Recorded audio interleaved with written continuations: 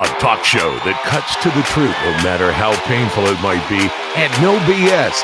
Citizen Smith, Citizen Smith, Citizen Smith. Here's a man who would not take it anymore. A man who stood up against the scum, the dogs, the filth. Here is someone who stood up. It's time for Citizen Smith.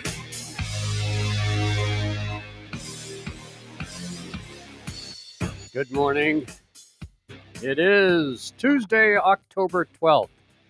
Here at TalkCast PDX and Citizen Smith. Live Tuesday, Wednesday, Thursday for the time being. And Justin. 744, I know, 7022. 503-744-7022. 503-744-7022. There you go. This is a live chat line, talk line. You can always text too. We're live 9 to 9:30, keeping it quick and simple. Not always simple, though. The world is a complicated place. Isn't it? I mean, it's just a complicated place that we live in. Complicated. And some people make it more complicated than it needs to be. I was just going to say that. By doing stupid things. I'm referring to the one and only former coach, Jon Gruden. Oh, my goodness. Yep. He's out as the coach of the Las Vegas Raiders football team. They wanted him gone. Between him and Urban Meyer, they're not giving the NFL coaches much of a good reputation of late. Urban Meyer with his twitchy fingers, and the girl, young blonde girl, a woman, she probably like 21, I don't know, early 20s, sitting on his lap doing the dirty in his restaurant. He gave it the old whoopsie. Whoop-de-doo. I was like, man. And now Jon Gruden with his homophobic and Racist. misogynistic and disparaging emails and comments that the Roger Goodell wanted to investigate some of the emails. So he had his executives look at like 650,000 emails. Jesus. Boy, he was after him because you know why? Gruden was saying stuff about Goodell, and he must have got wind of it. Roger don't like that. Hi, Roger. Man, some of the stuff, Gruden's a crude guy anyway. It's not like we didn't know that. I mean, did these people not realize the locker room culture that has been going on for like 100 years? Yeah, I mean, he's 58 years old. They're meatheads. They're animals. These are coaches of football programs. And he's an old school guy, 58 years old. They haven't changed with the times, especially the way they talk. But this guy, I'm 58. I don't talk like this. Over time, you get a little mature, and your dialogue matures. Some of us. But not coaches, I guess, of the NFL. And they went all the way back to 10 years ago in the way he talked. And the New York Times sprung this story with this lot of details of what he did and said from the 650,000 emails during the past few months that Goodell instructed league executives to look at. Wow. Now, these are emails that I guess are corresponding on the business emails, although there were personal emails too that came up. By the way, Gruden had a 10-year, $100 million contract. Say bye-bye to that. Mark Davis is like, all right, let's buy an island. There was a little clause in there about, not representing the company properly. Moral turpitude. Oh, boy. $100 million the guy just threw out the window. I can't even. I'm looking for some of the email. Some of the comments were pretty crude and rude, so get ready for this. I mean, they didn't hold back. Called Roger Goodell a faggot and a clueless anti-football pussy. He used those words.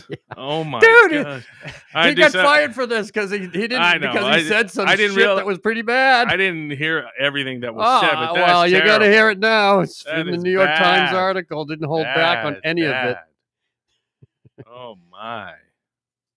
And I mean, that's just the beginning of it. He says, all right, let me slow down my brain here as I go through this. All right. Unleashing his homophobic language over several years to denigrate people around the game, mock them, mock the league. He denounced the emergence of women as referees, the drafting of a gay player, and the tolerance of players protesting during the playing of the national anthem. In the emails, Gruden called, I already said that one, in numerous emails during a 7-year period ending in 2018, Gruden criticized Goodell and the league for trying to reduce concussions. He said that Eric Reed, the player who had demonstrated during the playing of the national anthem, should be fired. In several instances, Gruden used a homophobic slur to refer to Goodell and offensive language to describe some NFL owners, coaches, and journalists. Wow. He was, of course, an ESPN analyst, and I wonder what went on behind the scenes there when he was talking. Well, Mike Tirico and a few other guys that worked with them all those years said they've never had any inkling of whatsoever of that kind of language, things like that. So maybe he was a good boy around people. Gruden's behavior was not limited to 2011 emails and going back that far. Gruden exchanged emails with Allen, referring to Allen, the owner of the Washington, the son of Gruden and Allen were good friends, and Allen is the owner of the Washington football team. Bruce Allen, former president of the Washington football. His father was George Allen, the great coach and owner. How do you think Deuce Gruden feels right now? He's still coaching for Las Vegas. Is he? What a name, Deuce. And they did a lot of the emailing that they tracked, and they're good friends, and they would go back and forth.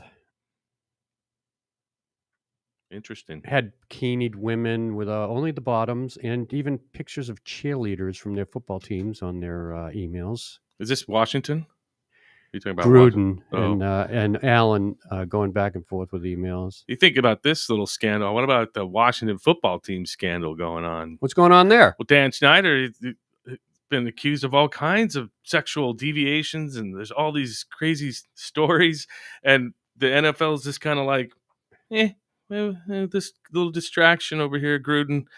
They're like not paying attention to it for some reason. But Dan Patrick on the Dan Patrick show was like, wait till those emails come flying around.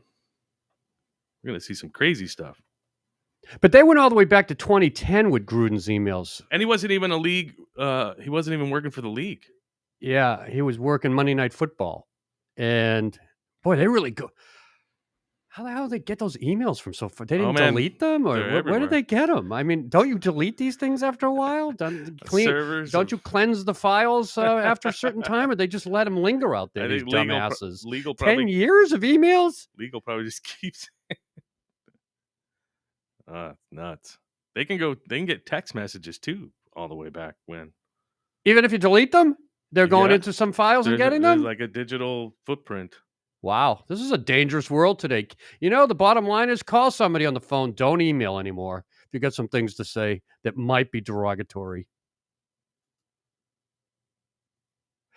So if they delete their emails, they're still finding them? That can happen. Or they find them because they still exist? Well, there's a trail. I know, but I figure once you delete, they don't have access to them. Well, if they were connected to another email and then connected to another email, Allen was using the league's email account. Gruden was using his personal in some of these. So if the league's email account's being used, they probably have a stipulation that any emails through league accounts are archived. There must be some kind of contract with that, and there's an understanding because they want.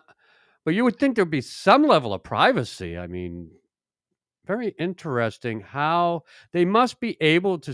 They must be transparent emails that they all understand can be looked at any time by the league when using league emails and accounts. It's a whole nother story there. I was looking for. Looking for love in all the wrong places. I don't know. I was just going through all the different things he said, and there was. I wanted to. You forgot. I your should glasses highlight. today. Yeah, no, I got them. I just. It's a pretty lengthy dialogue that they quoted here, and my brain's kind of in slow motion today. I'm feeling a little tired. Wah. You can go to the New York Times and probably read it yourself and see all the different things. It's kind of I don't even really feel like saying it. It's one thing to read some of the vulgarity. Yeah, I wouldn't.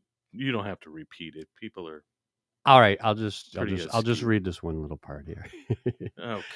And in emails, Gruden called the league's commissioner Roger Goodell a faggot, as I said, and a clueless. And he said should have not pressured Jeff Fisher, then coach of the Rams, to draft queers. Oh my! A reference of Michael Sam, a gay Yeah. player chosen by the team in 2014. Right. And that's just the tip of the iceberg. I wonder how much of this was he was drunk, or does he just talk like this routinely? They say it was a routine thing on the field too when he talked to players, and that's his coaching style. Though you could see his when they have footage of him coaching the team in documentaries, or you saw that style of him. Even when he was an ESPN analyst, he was a little rough. He didn't say crude things, but he didn't hold back. He's a very opinionated guy. We all know that. Well, his ESPN days are over. He's the analyst. I think his analyst days are He over. should have stayed. He's done in football. He's gone. He's done. He bit the dust. He's out. Hope he invested well. He will never be hired as a coach again. He will never be an analyst on TV again. He should have stayed with the analyst job because he was really good. I decided to get back in as a coach because the money was there, I guess. But he was probably making the same money as an analyst. Well, think about that money that he's getting, from the Raiders. What did you say that contract was? $100 million. Yeah, I would have said screw TV. I'm going to coach football. Yeah, all right. He had he's got the passion and he can go be a manly man coaching football and say what he wants to say to people. Right. All right. Well, that's it. Another one bites the dust, as we said. Another one in football. There's going to be more, too, biting the dust. I'm surprised Urban Meyer's still there. Why? Yeah. He's making $14 million a year or something. Yeah, it's a god-awful amount of money to coach football. Not to dwell on too much sports today, because we are an issue show, but today is the start of the NHL season, and Seattle's new hockey team, the Kraken, will be on ESPN at 7:15 p.m. Pacific time, taking on the Golden Knights of Las Vegas. That's right. Their debut as an NHL team. This is kind of excited. big news here. If you're a hockey fan, Oh my god! somebody's going to be pinned to the TV set tonight who does an My NHL wife and I have show. a date night. We're watching the hockey game. Pretty excited about it. How gonna did they be awesome. how do they look coming into the season? Oh, they Competitive? look fantastic, man. I gotta say, they just look. They look like they've been playing together for a while. Really? We have some good players. Giordano was just named captain, which is great. He was with Calgary last year. Some of my favorite players, and if you caught gloves off, sticks down, I talked about Grubauer. He's the goaltender. We love Grubauer. Also, I like Schwartz, Eberle, McCann. I mean, Adam Larson's my favorite player. We have some great players. It's going to be a great season. The preseason was great to watch. Well, kicks off today. I feel like the NHL season just ended with the Stanley Cup, and now they're back again. Thank you, COVID. This is when we get crazy with sports. We got the NHL, the NBA is going to be kicking off. We got the NFL, college football.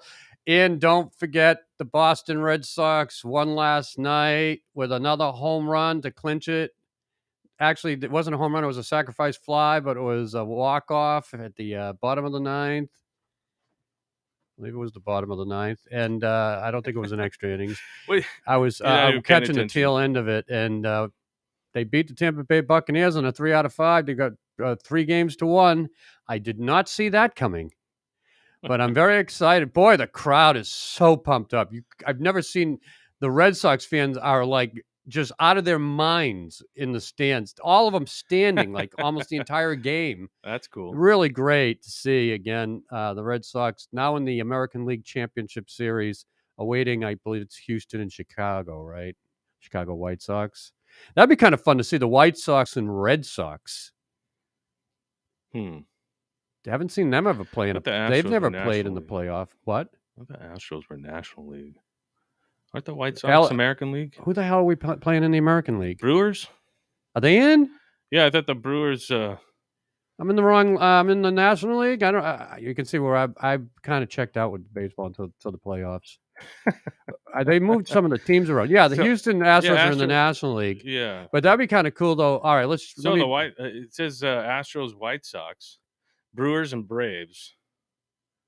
So the Brewers and Braves are going on it. All right, so those are the ones we're waiting for. What's the thing on that? Who's leading? Let's see here. I haven't even. I can't believe I'm not really up on all this stuff because I've been kind of. I'm in Portland. You don't follow this stuff. You're if I'm in Boston, you can't get away from it. Portland, Oregon. Nobody really talks about the Red Sox. So right now, Houston, and it looks like Houston and White Sox, of course. Houston leads. So they're awaiting. Boston's awaiting either Houston or the White Sox. Yeah, so I was correct. Yeah, you were correct. I thought Houston was in the National League, but I think that was years ago. I don't follow baseball really. And then we got the Dodgers and Giants in the National League, and then Atlanta and the Brewers. Yeah, so I was right. So it'll be fun to see Chicago play the Red Sox. Oh, that'll be a great series. I might have to fly to Chicago and see. That'd the game. be one that I could probably come out for and watch baseball.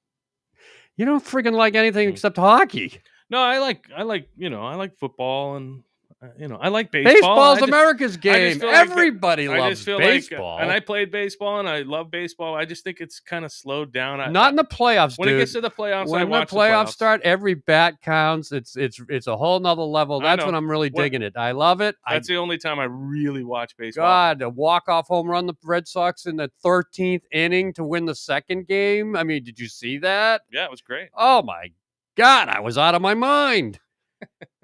And so were the fans. I never see. And then they jump on the guy at the home plate, throw water, and everybody's just seeing baseball. And the Red Sox are totally unexpectedly in this. Nobody thought at the beginning of the season that this team would be even competitive at this level, except the coach himself, Alex Cora, who was banned last year. Yeah. So there's retribution there.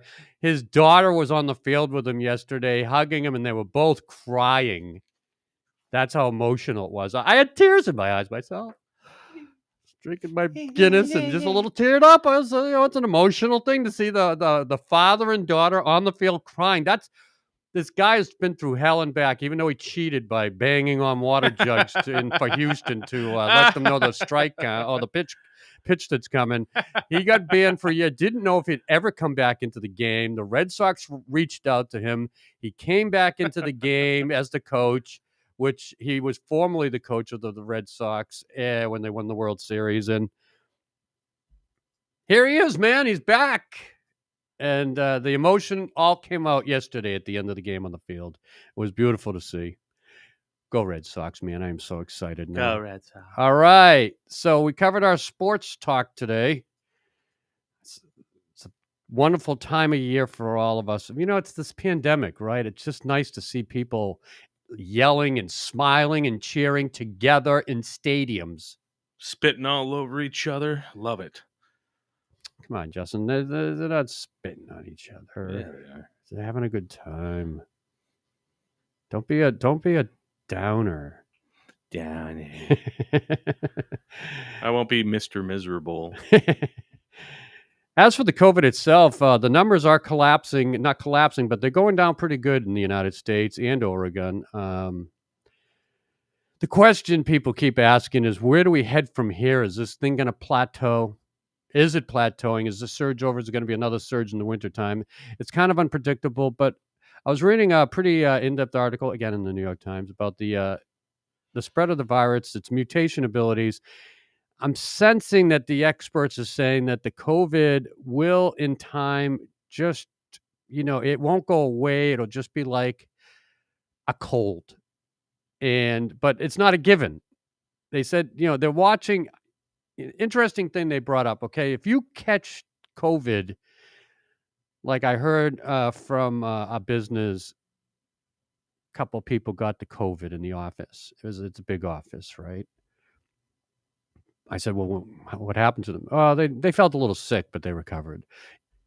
The good thing about that is, and this is what's going to be the long-term perspective, is that if you do get the COVID and you've been vaccinated, it's not life-threatening for the most part. It just makes you a little sick, like a head cold. And after you recover, your body is that much stronger with immunity against it. So you've got strengthened your immunity. And this, as it happens, is going to happen across the board for everybody, will make the virus less of a threat and more of just like a common cold. We'll probably have to continue with boosters. They're having a statement today about the protocol for boosters for everybody, 18 and plus, I think. The FDA or the CDC are gathering for a meeting today to advise states about which information should be shared and how we should move forward with boosters, which will help with the transmission of this virus or lack of it. And also, the experts are looking, the body has its own natural immunity systems built in with antibodies, T cells, B cells, and the virus is only so strong, even in its mutations, that it can only get to a certain level, they're saying or believe. The worst case scenario is they underestimate it and suddenly it proves them wrong.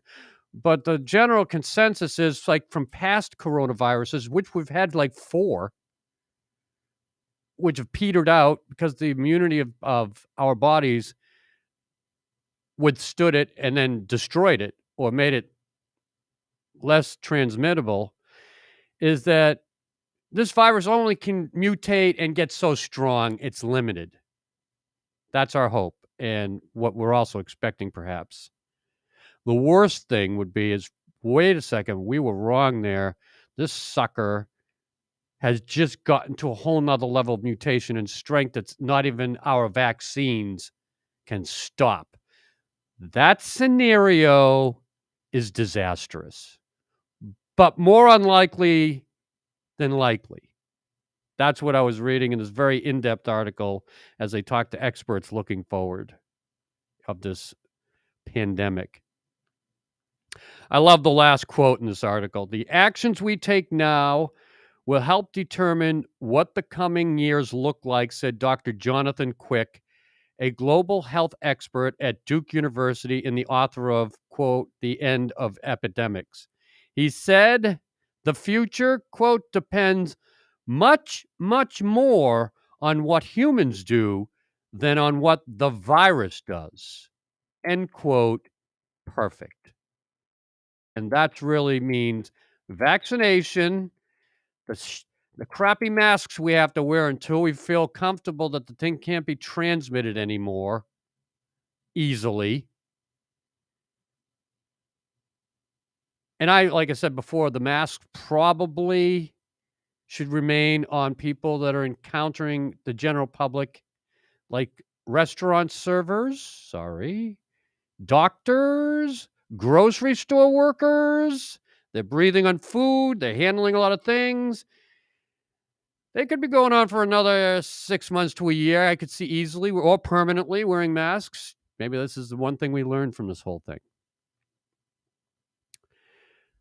So that's the COVID update. And lastly, I wanted to just share this idea that's going on in my head about, Seattle, our little sister city to Portland, is thriving with commercial lease space being bought up. Seattle is out of space with out of space commercial lease space. They don't have like any more. All the tech companies that work there have gobbled it up, especially Amazon. Man, they just took over that city. So they're moving across this Lake Washington is like places like Bellevue to continue to find commercial space and continue to build it up. Facebook's there, Alphabet, parent company of Google, Microsoft, of course. They all had like a massive profit in the past year because the pandemic actually benefited their type of businesses. Like 25% growth in profit. And they're putting that money back into commercial leases right down the street here in the I-5 in Seattle. So my thinking is this. As commercial lease space is gobbled up in places like Redmond, Bellevue, Microsoft added 17 buildings and 8,000 employees to its headquarters in Redmond, which is 15 miles northeast of Seattle. Amazon is planning to add 25,000 workers in its Bellevue offices. This is pretty large numbers. That's huge. So I'm thinking, they're going to get a little tired of the increased prices of commercial spaces in these areas and running out of space. Where are they going to go next? The Rose City. You think? Bet your ass. Watch Portland become the next tech hub of the Northwest easily. It's already started. But I bet you all these companies start gravitating this way, and we're going to be adding 25,000 here. They'll be going out to what areas? Forest Grove? Yeah, Hillsboro. There's plenty of space in Portland. Yeah. Right in the proper here in center of town. There's lots of empty spots. I'm telling you, they could just rebuild some of the older buildings, tear down some that are dilapidated. The buildings that went on fire here in the absolutely Central East Side, these shitholes of old wooden buildings that are burning up around us, they can go rebuild commercial office spaces there. Don't kid yourself. Central East Side, Portland, Oregon is prime and ready for these tech companies to come in. Yep. And then you're going to see rents going up. You'll go from $1,500 a month for a studio, one bedroom, to $3,000. Watch that happen too. I'm telling you, over the next 5 years, watch this growth happen because it's got a springboard from Seattle to Portland. Portland's a great city. I mean, it's got a fantastic location. Yeah. I'm surprised they're not here already in masses doing this. And my prediction is it's right around the corner, if not already underway. And that does it for today's show. We're just going to end on that note. Oh, okay. Yeah, well. Do you have any? Oh, by the way, it's 39 degrees. It's 39 degrees right now. Nice. Is it always going to get this? This is my first It's going to get colder. Here. It'll get colder. 39 degrees? It'll get colder. It'll get colder than 39. Oh, yeah. It was 34 degrees at my house this morning. We're talking snow, baby. I know. It was snowing yesterday on Mount Hood. I hope it snows. I like to sit in the hot tub when it snows. It's nice. You'll be sitting in the hot tub in November after your surgery. Oh, yeah. We'll talk about that later. That's so exciting. It's a little scary. How much are you going to share of that experience? I'll probably share the whole thing. Be interesting to see how it happens, how you recovered this hip surgery. Yeah. A lot of people get it. It's like a common thing today. I talked, my surgery is about 2 hours long, and then that's it. And then recovery is about 3 to 4 hours, and then I go home. Do you stay awake during it? No. Of course not, right? They can't keep you awake while they're carving into your hips. Yeah, no. That happened. Cringe thinking about it. I'm amazed at what they can do today with. Oh yeah, they showed me the whole thing, and it's pretty cool. Yeah. Do they use? So they put a little plastic thing in there. It's like I don't know what type of material it is, but it's like space age material to make up for a joint stuff. Yeah. They showed me my joints, and can you play that video like before you do the surgery? Can we play it on my show? Yeah. I want to see how they do this because I can't fathom how they can replace hips. Yeah. They don't actually replace. When they say replacing the hip, they're talking about the ball joint that goes into. That's what they're talking about. So the socket and the ball joint both are going to be coated with this stuff. You're gonna be like a bionic man. You'd be running faster, the crazy jumping higher. They talked about doing both of them, and my doctor's like, he doesn't recommend doing 2 at once. He likes to do 1 and then wait. Oh, I 5 to thought you were 6 going to do months. them both. I thought I was too, but there's too much chance of bleeding and all these Yeah, other don't get too crazy. Don't get complications too and all crazy. this But then shit, one side will so- feel okay and the other side won't. He said it'll be fine. It won't be any worse than it is now, but the other one will heal up, and then I'll get the other one. All right, good to hear. Well, I'm curious to see how this works, how you recover, and the improvement. Yeah. Okay. Somebody told me I was going to need it. Hey, I Right. told them all the sports I play. Oh yeah, you'll need hip replacement. So far, so good. Depends on how hard you go. Really, it depends on how hard you go. What do you mean? Depends on how hard you play, how hard you Well, I do beat it. the hell out of my body Yeah, in yeah. soccer, football, hockey. I wasn't. I don't think as bad as you. You were like a lineman. Well, and then you a lot know. of heavy lifting, Yeah, and I lots of didn't- heavy I didn't weights, and do things that. like that. All right. Well, we talked a little bit about it. We'll revisit it when it gets closer to Yeah. the knife time. Yeah, well, yeah. I'm Citizen Smith. Thanks for joining me. We'll talk to you tomorrow live, 9 a.m. Pacific time here in the Rose City and TalkCast, pdx.com.